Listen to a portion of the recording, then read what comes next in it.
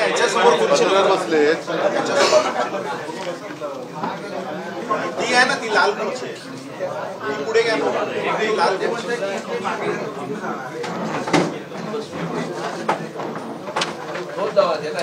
अरे याची चाचण दोन्ही घ्या.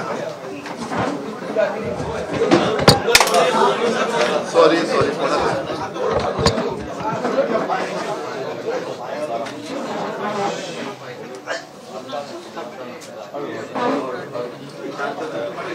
ठीक आहे. सर्वप्रथम सर्वांना धन्यवाद देतो की आपण एवढ्या मोठ्या संख्येने आजच्या या, मी पत्रकार परिषद म्हणण्यापेक्षा जनतेला माहिती देण्याचं एक आपण माध्यम आहात आणि त्या हेतूला आपण एवढ्या मोठ्या प्रमाणामध्ये प्रतिसाद दिला, त्याच्याबद्दल मनापासून धन्यवाद देतो. मुद्दा हा एकच आहे. आपल्याला सर्वांना कल्पना आहे की गेले 6-7 महिने शिवसेनेचं काय होणार, शिवसेनेला पुन्हा धनुष्यबाण मिळणार की नाही, पुन्हा नाव मिळणार की नाही. त्याचबरोबरीने ज्यांनी गद्दारी केलेली आहे, शिवसेनेच्या पाठीत पोटात वार करून स्वतःचं जे काही इप्सित आहे ते साध्य करून टेंबा मिरवणारे आहेत, त्यांचं काय होणार. कारण 2 विषय दिल्ली दरबारी आहेत. दिल्ली दरबारी म्हणजे दिल्लीत अनेक दरबार आहेत, पण त्यातला आपल्यासाठी महत्त्वाचे जे 2 मुद्दे आहेत, 2 दरबार आहेत, ते म्हणजे एक सर्वोच्च न्यायालय आणि दुसरं निवडणूक आयोग. सर्वोच्च न्यायालयाची सुनावणी येत्या 14 तारखेपासून सलग होणार आहे आणि निवडणूक आयोगाची मात्र सुनावणी पूर्ण झालेली आहे. दोन्ही बाजूंकडनं वाद प्रतिवाद केला गेलेला आहे, दावे प्रतिदावे केले गेलेले आहेत, खोडाखोडी झालेली, खोडाखोडी म्हणजे दावे खोडणे आणि सगळ्याच काही गोष्टी. शेवटी निवडणूक आयोगाने गेल्या 30 तारखेला दोन्ही बाजूंना आपले जे काय म्हणणं आहे ते लिखित स्वरूपात सादर करायचे आदेश दिले. त्याच्याप्रमाणे शिवसेनेने, कारण मी दुसरी शिवसेना मानतच नाही, शिवसेना ही एकच आहे, एकच राहणार आणि एकच असणार आहे, त्याच्यामुळे मी दुसरी शिवसेना मानत नाही.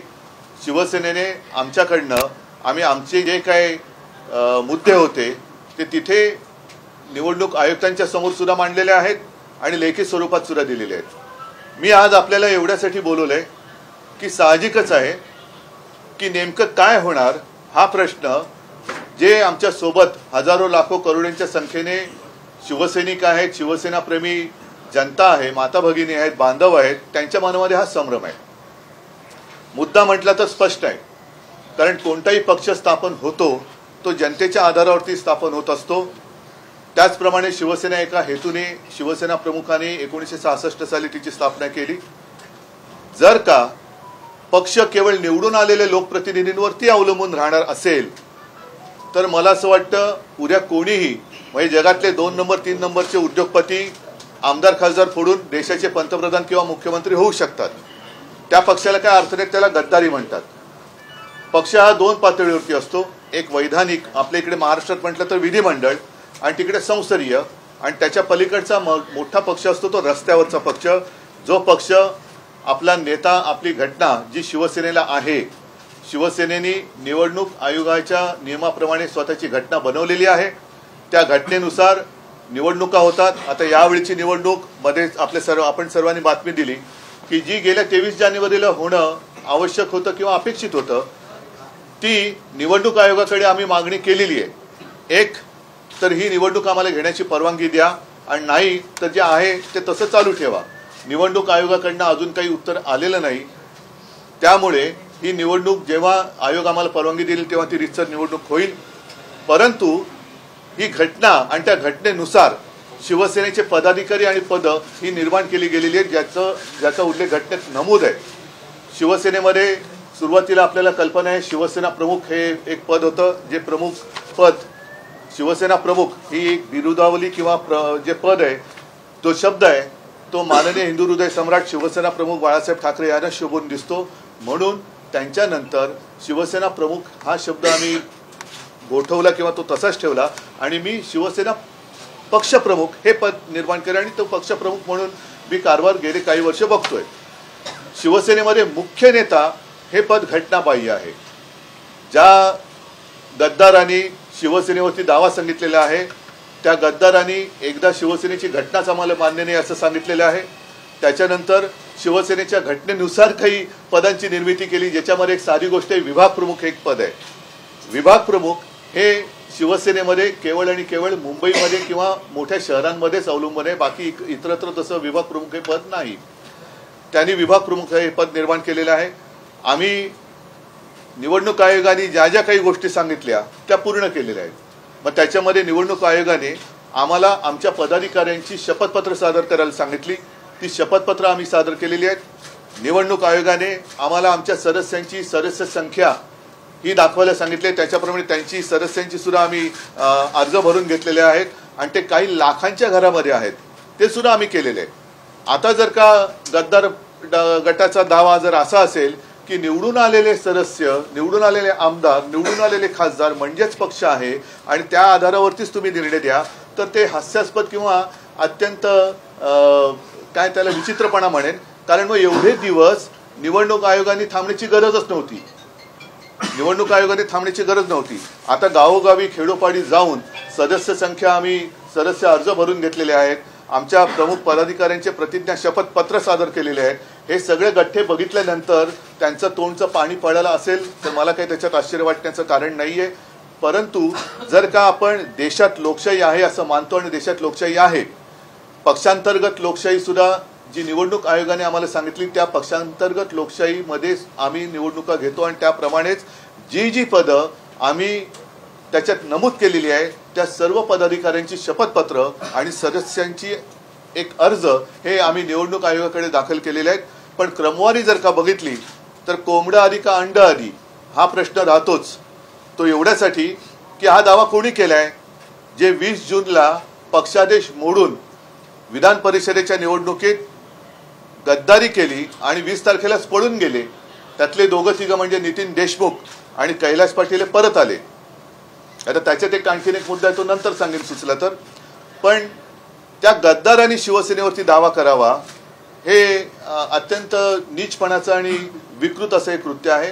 त्यांनी एकतर अपात्रतेचा फैसला हा आधी व्हायला पाहिजे, कारण आधी हा मुद्दा सर्वोच्च न्यायालयात गेलेला आहे आणि त्याच्यानंतर म्हणजे जुलै महिन्यामध्ये हे घडलं, जून महिन्यात, जुलै महिन्यामध्ये हा गद्दार गट जो आहे तो निवडणूक आयोगाकडे गेला आणि त्यांनी शिवसेनेवरती दावा केलेला आहे।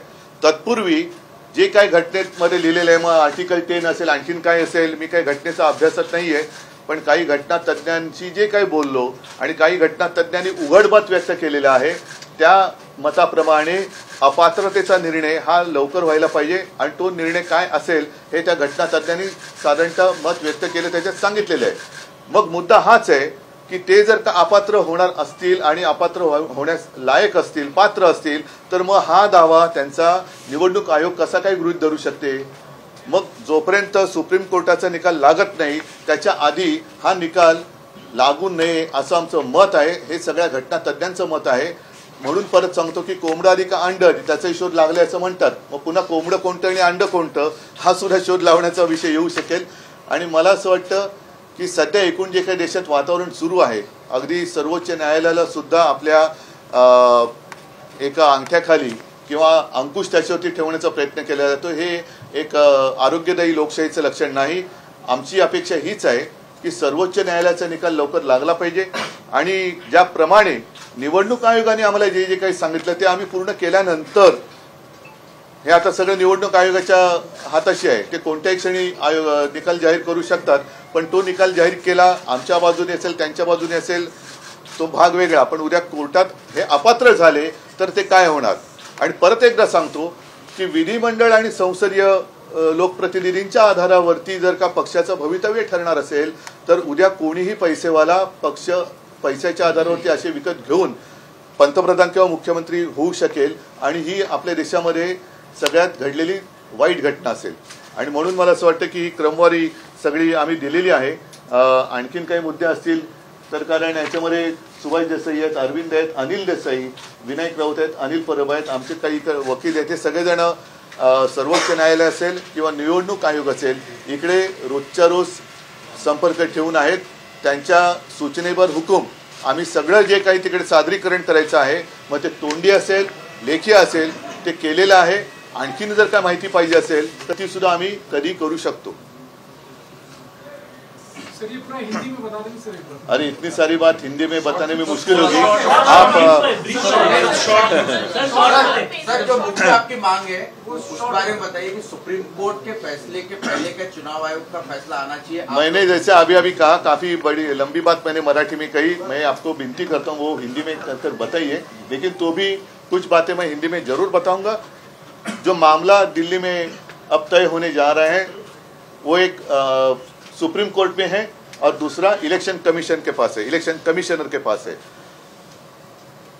अब कुछ लोगों का ये मानना है कि पहली जो बात है डिस्क्वालिफिकेशन, उसके ऊपर फैसला होना चाहिए, यानी कि सुप्रीम कोर्ट का फैसला पहले आना चाहिए।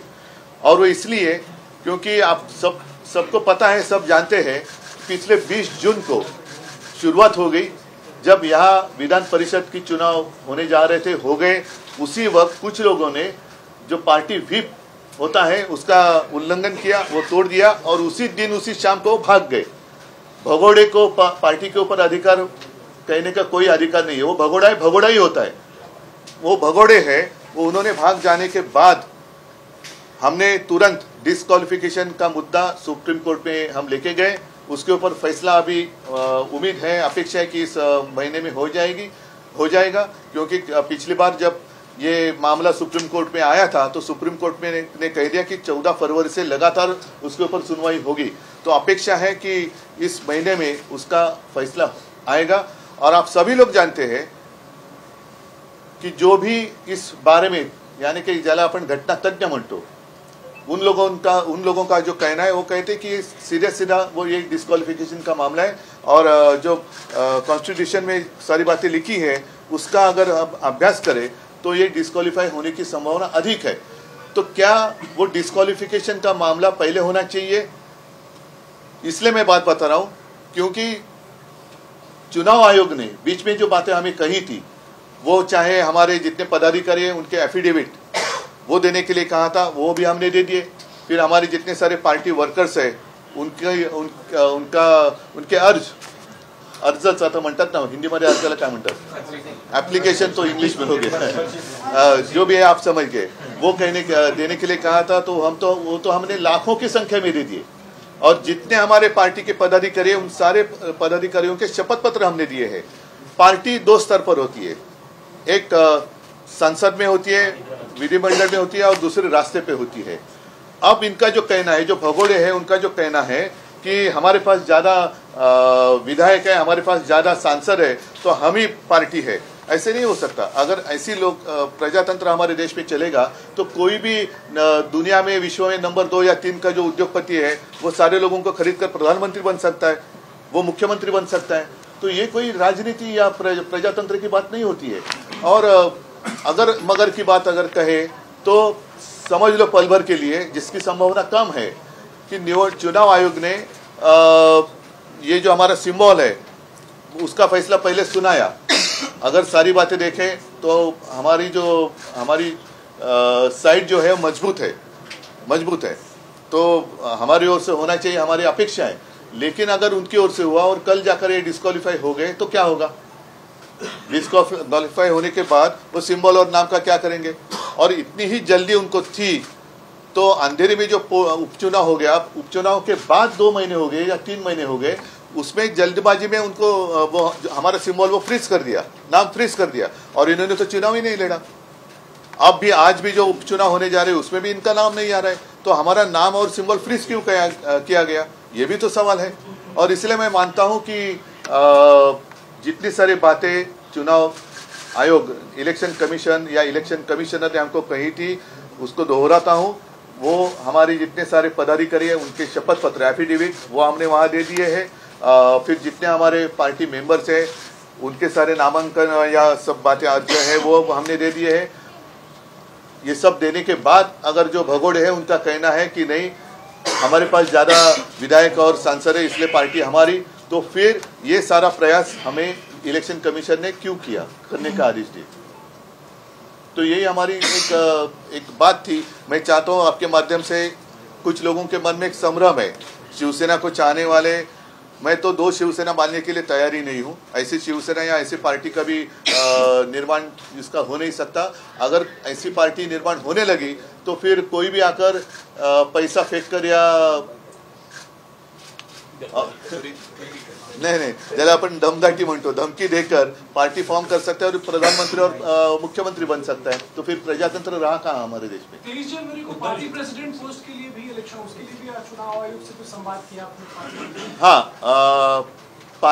चुनाव आयोग ने जो कहा है मतलब उन्होंने कुछ नियम वहां लिखे हुए हैं और पार्टी के इंटरनल पार्टी भी डेमोक्रेसी होनी चाहिए और उसके अनुसार पिछले 23 जनवरी को हमारे पार्टी में चुनाव होने चाहिए थे, लेकिन हमने चुनाव आयोग को कह दिया है कि ऐसी स्थिति में क्या किया जाए, तो उसका उत्तर आना अभी बाकी है। तो जिस दिन उनका उत्तर आएगा हम चुनाव ले लेंगे हमारे पार्टी में। केंद्र सरकारचा वाढता हस्तक्षेप स्थानिक नाही, संस्था, मला असं वाटतं की आता त्याच्यात आपण नको जाऊया, त्याच्यात आता जाऊया नको। हा एक मुद्दा लोकांच्या मनामध्ये जो आहे की नेमकं काय होणार, तर परत एकदा सांगतो की 16 जण अपात्र ठरण्याची शक्यता दाट आहे, कारण सगळ्या घटनातज्ञांच्या मते आणि जे काही घटनेमध्ये नमूद केलेलं आहे त्यानुसार त्याचा निकाल आधी लागावा अशी आमची अपेक्षा आहे। कारण निवडणूक आयोग काय करेल, त्यांनी काय करावं हे आम्ही सांगण्याचा माझा हेतू नाहीये, पण आम्हाला अपेक्षा आहे, कारण त्यांनी जे जे काही सांगितलंय ते सगळ्याच्या सगळं आम्ही त्यांना सादर केलेलं आहे आणि ते सगळे गठ्ठे बघितल्यानंतर अचानक ह्यांनी गेल्या वेळेला जे गद्दार आहेत त्यांनी सांगितलं की नाही आमच्याकडे आमदार जास्त आहेत, खासदार जास्त आहेत, तर असं काही म्हणजे एखाद्याला जर का ओसरी राहायला दिली तर उद्या घरावरती अधिकार सांगायला लागला असा त्याचा अर्थ झाला। उद्धवजी, तुम्ही म्हणता 14 तारखेपासून घटनापीठापुढे सुनावणी होती आणि केंद्रीय निवडणूक आयोगापुढे 2 महिने सुनावणी झाली। आता ही जी तुम्ही मागणी करत आहात फायनल सबमिशनला तुम्ही केंद्रीय निवडणूक आयोगाला असं म्हटलं आहे का की हा जो निकाल आहे तो घटनापीठाच्या निकालानंतर यावा, लेखी मागणी केली का? नंबर 1 आणि नंबर 2 की तुम्ही आता जे सगळं पूर्ण निवेदन केलेलं आहे त्यात तुम्हाला असं वाटतं आहे का की केंद्रीय निवडणूक आयोगापुढे निकाल तुमच्या विरोधात जाऊ शकतो? अजिबात नाही, परंतु मी ही माहिती एवढ्यासाठी लोकांना देण्यासाठी आपल्याला बोलवलं की जनतेच्या मनामध्ये कारण नसताना एक संभ्रम आहे की शिवसेनेचं काय होणार, शिवसेनेच्या चिन्हाचं काय होणार, शिवसेनेच्या नावाचं काय होणार। याचं कारण असं परत सांगतो की निवडणूक आयोगाने जे जे आम्हाला करायला सांगितलं ते आम्ही व्यवस्थितपणाने केलेलं आहे। प्रतिज्ञापत्र आमच्या पदाधिकाऱ्यांची ती दिलेली आहेत, प्रतिज्ञापत्र म्हणजे शपथपत्र आहेत, त्याच्यानंतर सदस्य संख्या दाखवायला सांगितली ती आम्ही दाखवलेली आहे। आता एवढाच मुद्दा, मी एवढ्या मुद्द्यापुरतच आज मी तुम्हाला सांगतोय की अचानक गेल्या वेळेला प्रतिस्पर्धी गटाकडनं जो दावा केला गेला की हे सगळं जे काय आहे तुम्ही निवडून आलेल्या प्रतिनिधींवरती ठरवा, असं नाही होत। जर तसं जर ठरवायचं असतं तर निवडणूक आयोगाने अगदी दुर्दैवाने मी सांगतो की त्यांनी एकतर्फी बाजू घेण्याचं ठरवलं असेल तर ते 2-3 महिन्यापूर्वी पण निकाल देऊ शकत होते, पण मधल्या काळामध्ये त्यांनी हा सगळा जो काय आम्हाला खटाटोप करायला सांगितलं तो आम्ही व्यवस्थित केलेला आहे। कुठेही आम्ही प्रोफेशनल एजन्सीज लावून कोणाची शपथपत्र किंवा काही गोष्टी केलेल्या नाहीत। आणि जर का तसं होतं तर तुमच्या लक्षात असेल मधल्या काळामध्ये आमच्या शपथपत्रावरती आक्षेप घेतला गेला होता, मग तो आक्षेप का घेतला? आमची शपथपत्र बोगस आहे असा एक आक्षेप मध्ये घेतला गेला होता। जर ती तुम्हाला मानायचीच नव्हती तर आक्षेप तरी का घेतला होता? म्हणजेच काय की त्यांना आता कळले की यांचं पारडं भारी आहे, म्हणून ही दिशाभूल करण्याचा त्यांचा जो केविलवाणा प्रयत्न सुरू आहे त्याच्यासाठी मी जनतेच्या मनात संभ्रम राहू नये म्हणून आजची प्रेस कॉन्फरन्स। प्रश्न आहे, तुम्ही लेखी मागणी केली आहे का केंद्रीय निवडणूक आयोगाकडे की तुमचा जो निकाल आहे तो तुम्ही? नाही, तुमच्या लक्षात असेल, नाही तसं नाही, तुमच्या लक्षात असेल की आमची सर्वोच्च न्यायालयामध्ये एक विनंती होती की तुमचा निकाल लागल्यानंतर निवडणूक आयोगाला हा निकाल घेण्यासाठी आपण परवानगी द्यावी, परंतु तेव्हा सर्वोच्च न्यायालयाने असं सांगितलं की सर्वोच्च न्यायालय आणि निवडणूक आयोग ह्या 2 स्वतंत्र बॉडीज आहेत, त्याच्यामुळे त्यांना काय करायचं आम्ही सांगू शकत नाही, मात्र त्यांनी काय केलं तर आमच्याकडे तुम्ही दाद मागू शकता। त्याच्यामुळे आम्ही परत त्या काही विनंती करण्यात अर्थ नाही, पण मी जी काही क्रमवारी आहे ती क्रमवारी पाहिल्यानंतर पहिल्या प्रथम त्यांच्या अपात्रतेचा निकाल आधी लागावा ही सर्वसाधारणतः सर्वसामान्य माणसापासून ते घटनातज्ञांची अपेक्षा आहे। कारण जर का उद्या निकाल काही निवडणूक आयोगाने दिला आमच्या बाजूने द्यावा असं मी पुन्हा सांगतो म्हणत नाही, त्याच्यामुळेच मी प्रेस घेतलेली आहे। मला कोणतीही मनात शंका नाही, कारण सर्व बाजू जर का तपासल्या तर शिवसेनेला कोणताही धोका नाही। उद्धव साहेब, देशात जर बघितले तर पक्षफुटीची घटना ही पहिली नाही, अनेक पक्ष आहेत ते असे विभागले गेले होते, परंतु मागच्या घटना बघता ज्यांचे आमदार किंवा खासदार जास्त आहेत त्यांच्या बाजूने साधारणतः निकाल लागल्याचं नाही, अजिबात नाही, असं नाहीये, कधीच होऊ शकत नाही. नाही, अजिबात असं होऊ शकत नाही. त्याच्यामध्ये नाही, अजिबात असं होत नाही. समाजवादी पार्टीच्या बाबतीमध्ये मुलायम सिंग आणि अखिलेश, मुलायम सिंगांनी त्यांचा कुठच्याच प्रतिज्ञापत्र किंवा कुठच्याच कागदपत्रांचा दावा केलेला नव्हता आणि अखिलेशने या गोष्टी सरळ मागितल्या होत्या. पक्ष चिन्ह पक्षात त्या याच्यावर कम्प्लीट सायलेंट राहिले, त्याच्यावर पुढचं ते नव्हतं म्हणून अखिलेश इथं आपण अशा प्रकारचे सगळे दावे जे इलेक्शन कमिशनला अपेक्षित आहेत हे सर्व दावे आपण त्यांच्यासमोर दिलेले आहेत, इथं पूर्तता केलेली आहे. आणि याच्या व्यतिरिक्त एक महत्वाचं साहेब बोलू काय ऐकू येते काय यांच्या वकिलांनी या युक्तिवादामध्ये एक गोष्ट हे केली होती की विधान परिषद आणि राज्यसभेच्या जे काही संसद राज्यसभेचे सदस्य आहेत यांची संख्या मोजता येत नाही, पण तशा प्रकारचं हे अगदी चुकीचं आहे. राज्यसभेचे आणि विधान परिषद जिथं जिथं आहेत 6 राज्यांमध्ये विधान परिषद आहे आणि त्या राज्यांमध्ये जिथे विधानसभा विधान परिषद आहे तिथे अशी जर डिस्प्यूट झाली असतील तर दोन्ही सभागृहाचे आकडे हे आतापर्यंत घेतलेल्या कुठच्याही निर्णयांमध्ये ते घेतलेले आहेत. बरोबर, राज्यसभेचं जे राज्यसभेचे सदस्य आहेत यांची मतं राष्ट्रपतीच्या निवडणुकीमध्ये कशा रीतीने मोजली जातात, का मोजली जातात, त्यांची जी संख्या आहे तीच लोकसभेच्या आणि संसदेतल्या इक्वल त्याची व्हॅल्यू असते. त्यामुळे तो दावा अतिशय खोटा होता. त्या डाव्यामध्ये काही कुठचं काही तथ्य नव्हतं. दोन्ही सभागृह जिथं महाराष्ट्रामध्ये 2 सभागृह आहेत, बायकॅमेरा लावचं, त्यामुळे तिथे जर डिस्प्यूट असेल तर त्यावेळेला ही संख्या घेतली जाते. आणि 40च्या समोर आम्ही 15 नाही आहोत, 40च्या समोर आम्ही 15 अधिक 12 27 आहोत, कारण वरचं संपूर्ण हाऊस आमच्या जवळ आहे. आणि राज्यसभेमध्ये 3च्या 3 म्हणजे जे 100% आहेत ते शिवसेना उद्धवजींबरोबर उद्धवजींच्या नेतृत्वाखाली आहे, त्यामुळे तिथेही संख्या 9 आहे.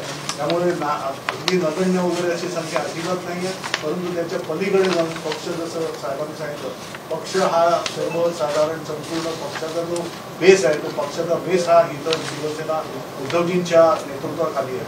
त्यामुळे पार्ट जसं साहेबांनी सांगितलं त्याप्रमाणे कुठच्याही कंपॅरिझनमध्ये आमचं चांगलं आहे. आणि महत्वाचा मुद्दा मी परत एकदा सांगतो की केवळ एवढ्या गोष्टींवरती जर का पक्षाचं भवितव्य ठरायला लागलं तर देशामध्ये लोकशाहीचा बाजार होईल आणि कोणीही पैसेवाला उद्या कोणत्याही पक्षाची मग निवडणूक लढवायची कशाला, सभा घ्यायच्या कशाला, AB फॉर्म द्यायचे कशाला.